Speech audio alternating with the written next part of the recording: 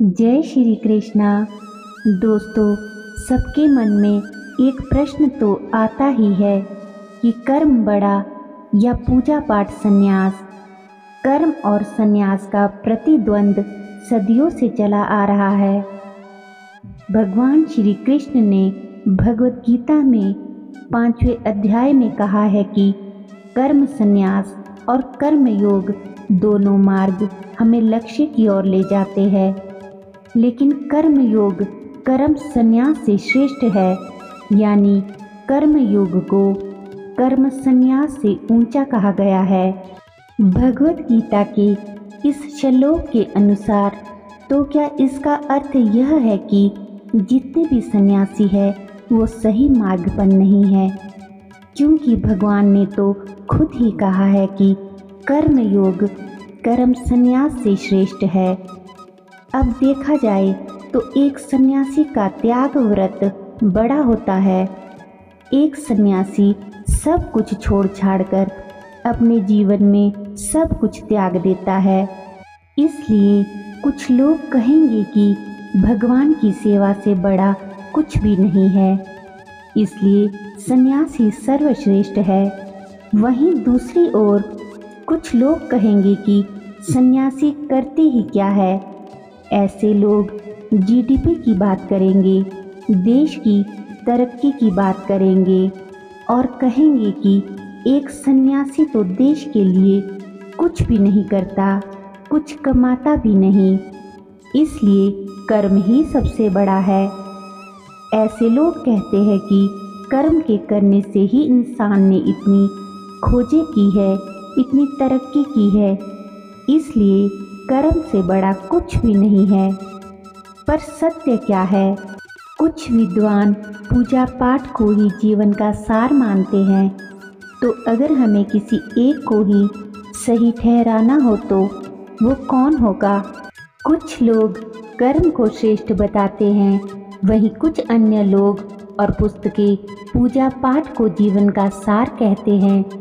इसी प्रतिद्वंद के चलते पूजा पाठ और काम काज में से श्रेष्ठ क्या है, यह समझ पाना बड़ा ही मुश्किल हो जाता है।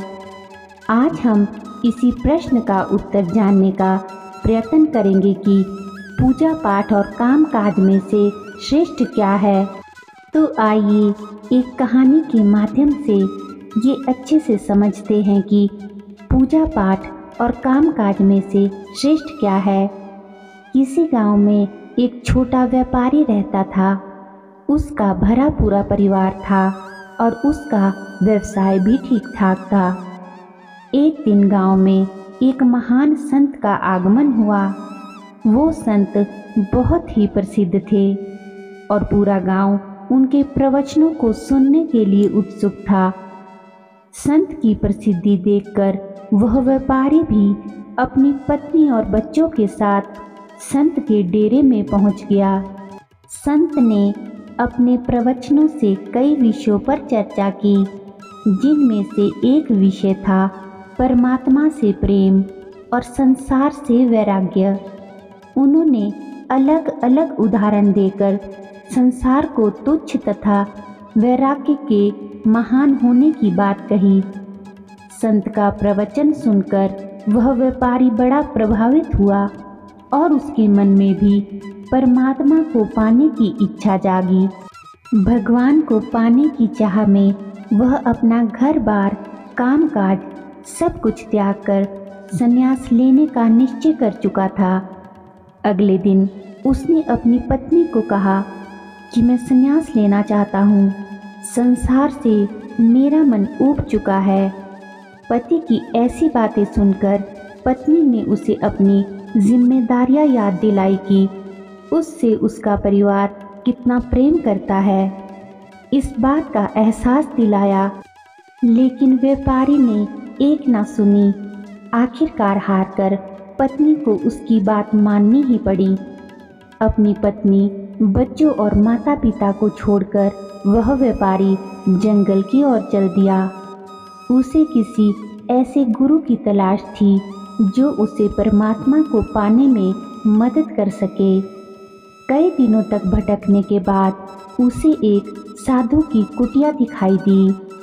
उस साधु का तेज कुछ ऐसा था कि व्यापारी ने तय कर लिया कि वो इन्हें ही अपना गुरु बनाएगा।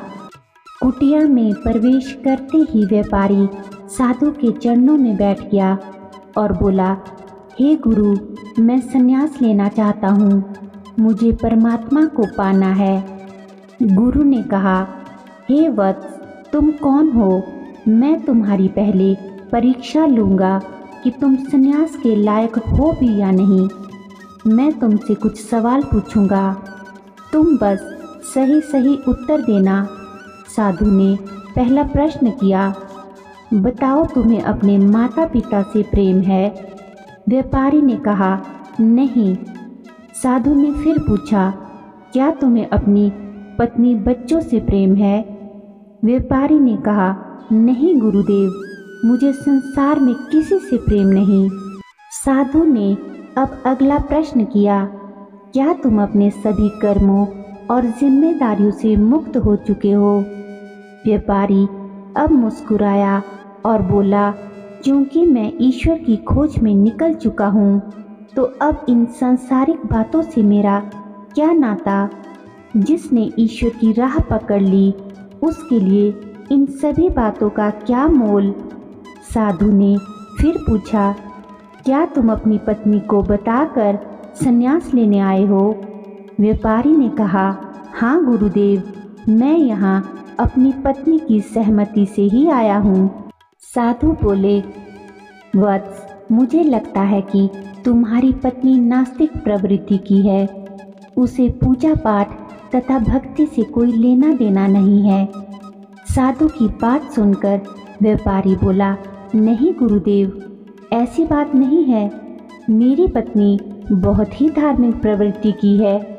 वह प्रतिदिन मंदिर जाती है, घर में भी भगवान की पूजा भक्ति करती है, साथ ही मेरा और मेरे परिवार का ख्याल रखती है, अपनी हर जिम्मेदारी बखूबी निभाती है।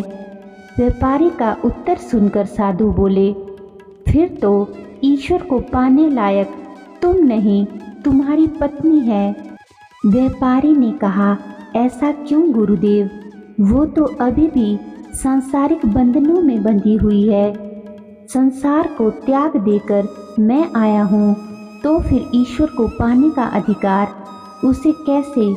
साधु बोले, तुम्हारी समस्या ही ये है कि तुम्हें किसी से प्रेम नहीं, ना तो तुम्हें अपने कर्मों के प्रति लगाव है, ना ही अपने परिवार के प्रति।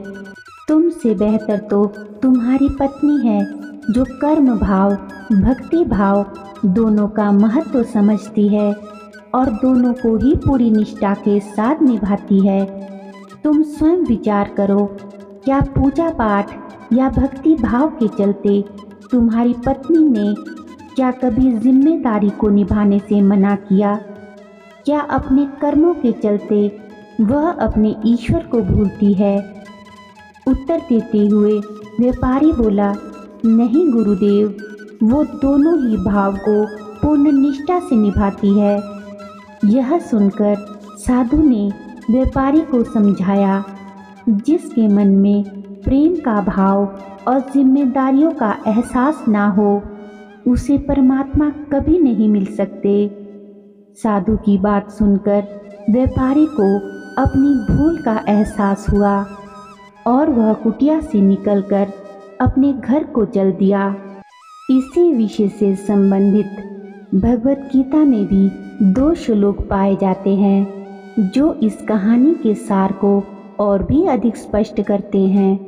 भगवत गीता के 3 अध्याय के 4 श्लोक में श्री कृष्ण कहते हैं कि ना तो कर्म से विमुख होकर कोई कर्म फल से छुटकारा पा सकता है और ना केवल संन्यास से ही भगवान की प्राप्ति की जा सकती है। वहीं पूजा पाठ को लेकर गीता के 3 अध्याय के 9वें श्लोक में भगवान कृष्ण कहते हैं कि ईश्वर को प्रसन्न करने के लिए यज्ञ रूपी कर्म करना जरूरी होता है। दोस्तों, इस कहानी और भगवत गीता के इन श्लोकों से हमें संदेश मिलता है कि काम काज और पूजा पाठ दोनों का अपना अपना महत्व है और दोनों ही अपने अपने स्थान पर श्रेष्ठ है। इन दोनों भावों को लेकर प्रतिद्वंद करने की बजाय या इनमें से किसी एक का चयन करने की बजाय दोनों में हमें संतुलन बनाने का गुण सीखना चाहिए, क्योंकि जो मनुष्य इन दोनों भावों को पूर्ण निष्ठा और लगन के साथ निभाता है वही मनुष्य श्रेष्ठ है। दोस्तों, अगर आप हमारे चैनल पे पहली बार आए हो तो चैनल को सब्सक्राइब कर दीजिएगा और बेल आइकन को प्रेस कर दीजिएगा ताकि हमारे सभी नए नए वीडियोस की नोटिफिकेशंस सबसे पहले आप तक पहुंचती रहे।